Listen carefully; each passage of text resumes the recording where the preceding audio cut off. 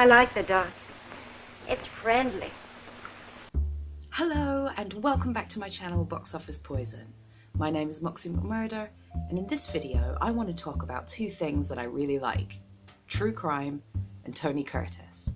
So with that in mind, let's get into it. This is the story of the self-confessed Boston Strangler, based on Gerald Frank's startling bestseller. Marker. So, you want to talk about the movies, huh? Well, start talking. So, I love Tony Curtis, who doesn't? From comedy to drama, he was a completely magnetic force on the screen, and ugh, what a looker. I think The Boston Strangler is one of his most impressive performances, so let's talk about it. Made in 1968 and directed by Richard Fleischer and starring Tony Curtis and Henry Fonda, The Boston Strangler is based on the book by Gerald Frank, which details the true crime story of Albert DeSalvo. DeSalvo was also known as the Boston Strangler. He murdered 13 women in the Boston area from 1962 to 1964. Richard Fleischer had directed Compulsion, another great film, and had just released Dr. Dolittle, so he was riding high. But sadly, Tony Curtis's career was starting to wane a little, and was actually on Variety's list of top 10 overpriced stars in 1968. According to TMC's Ben Mankiewicz, with his career in decline at the time, Tony Curtis lobbied 20th Century Fox's boss, Richard D. Zanuck, for the DeSalvo role. But Zanuck could not see past Curtis's history of playing comedies and romantic leads. So Tony Curtis hired a makeup artist and a photographer, and together they took some mugshots in character and sent the pictures to Zanuck, who didn't recognise Curtis, and so he got the job. With Tony Curtis as DeSalvo and Henry Fonda as John S. Bottomley, Mr. Bottomsley, the chief detective on the case, this film, dare I say, is almost a prototype Zodiac, with the investigation taking up much of the runtime, and the way the narratives of both the killer, the police, and the general public is laid out. It's tense and dark, and I remember watching this film as a teenager and being so creeped out by Curtis's performance. The whole cast is great, and I'm sure you'll recognise many of the faces on screen, like George Kennedy, Murray Hamilton, and William Hickey, who help round out the cast. The film is more interested in the police on the hunt for the killer than it is with the killer himself. That doesn't come into play until the second half of the film. In fact, Tony Curtis isn't even seen until an hour into the film. What we are shown, in a sort of abstract and almost documentary style, are the people living in the area at the time of the murders and how they react to the news. If you haven't seen The Boston Strangler, I definitely recommend you check it out. It's one of Tony Curtis's best performances. He manages to display vulnerability and brutality at the same time. His is the standout performance, and overall, I just love the style of this film. Right from the get-go, the cinematography hits you with its style and beautiful camera work.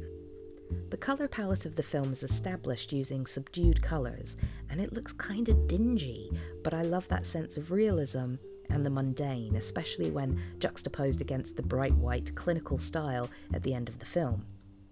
I really like the use of multiple split screens, the montage of various people just living their lives whilst brutal murders are taking place so close to them.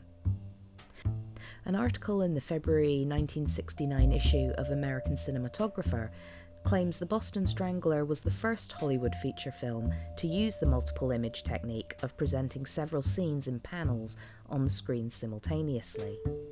An estimated 35% of the film's total footage uses this style, and I love it. It's such an interesting choice not to show the killer's identity until an hour into the film. We know Tony Curtis is the killer, but we are shown shots of his boots walking through apartments, walking down the stairs, lingering at doorways, and it's because of this headless killer approach that we're able to follow the police investigation as closely as we do. If you're not familiar with the real-life murders this film is based on, you may find yourself thinking that you know more about the killer than you really do. Much like the idea of the less you show, the more your imagination takes over. How do you feel about the Boston Strangler?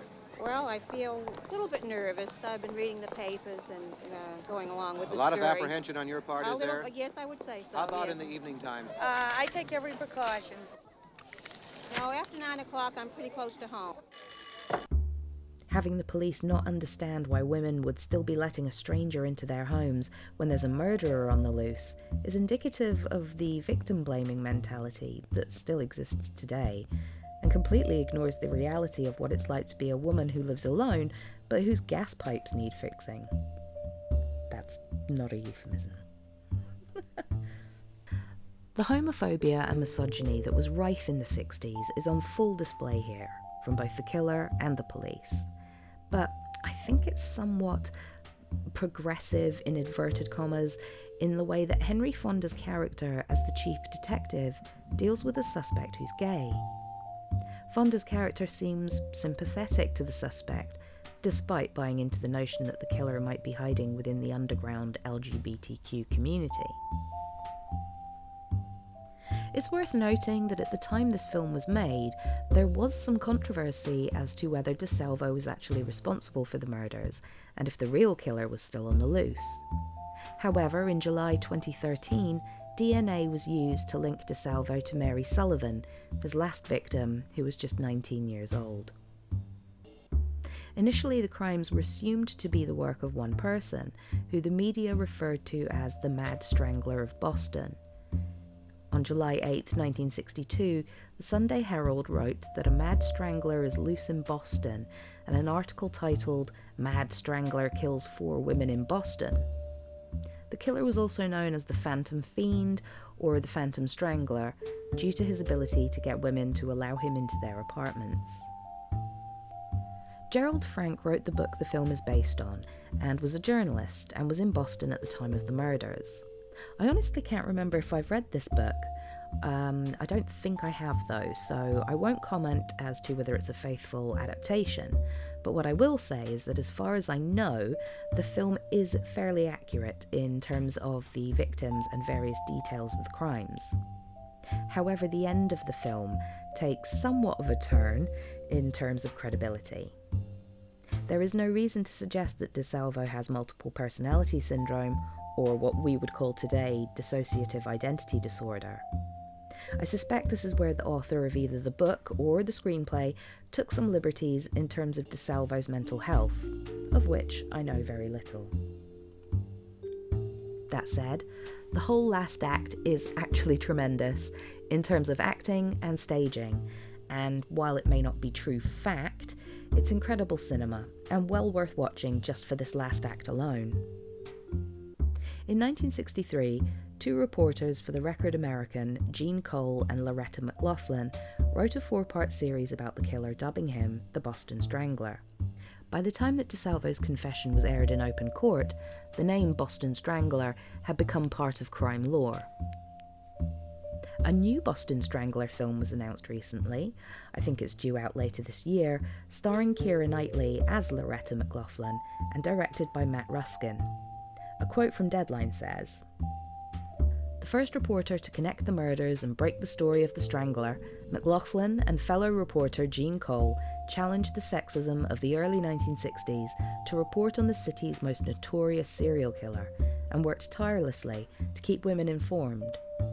Loretta pursued the story at great personal risk and uncovered corruption that cast doubt on the true identity of the Boston Strangler." So that sounds pretty interesting. What do you think? Thanks for watching. I really hope you check out The Boston Strangler. I think it's definitely worth your time.